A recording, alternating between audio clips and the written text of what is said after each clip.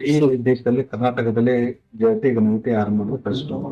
ಈಗ ಜಾತಿ ಜನಗಣತಿ ಅಂದ್ರೆ ಈಗಾಗಲೇ ಇನ್ನ ರಿಸರ್ವೇಶನ್ ಮಾಡಿದೀವಲ್ಲ, ಒಳ ಮೀಸಲಾತಿಗೆ ಮಾಡಿದೀವಿ. ಇದಕ್ಕೂ ಡೇಟ್ ಕೊಡ್ತಾ ಇದಾರೆ, ಮಾಡ್ತಾ ಇದಾರೆ. ಈಗ ಸುರ್ಜೇವಾಲ ಬಂದಿದ್ದಾರೆ ಮತ್ತೆ ಕೆಲ ಶಾಸಕರು ಸಚಿವರ ಮೇಲೆ ದೂರು ಕೊಟ್ಟರು. ಆ ಸಚಿವರನ್ನ ಕರೆಸಿ ವಿಚಾರ ಮಾಡ್ತಿದ್ದಾರೆ, ಚರ್ಚೆ ಮಾಡ್ತಿದ್ದಾರೆ. ನೀವು ಇದ್ದೀರಾ ಏನಾಗಿದೆ? ನನಗೇನೇನು ಕರೆದಿಲ್ಲ. ಕರೆದ್ರೆ ಏನು ಕೇಳ್ತಾರೆ ಮಾತಾಡ್ತೀನಿ.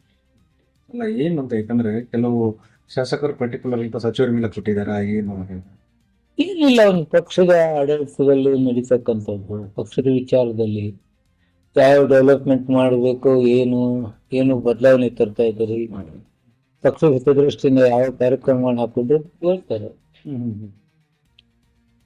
ಹೇಳಿದ್ದಾರೆ, ನಾನಿಲ್ಲ ಅಲ್ಲಿ.